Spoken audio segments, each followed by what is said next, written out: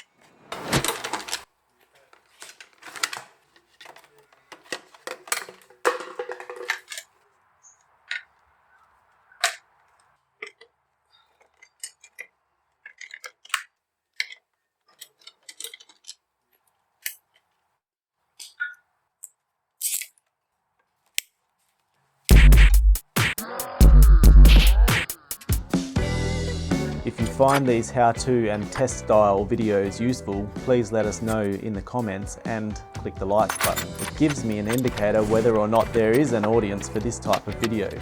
Cheers!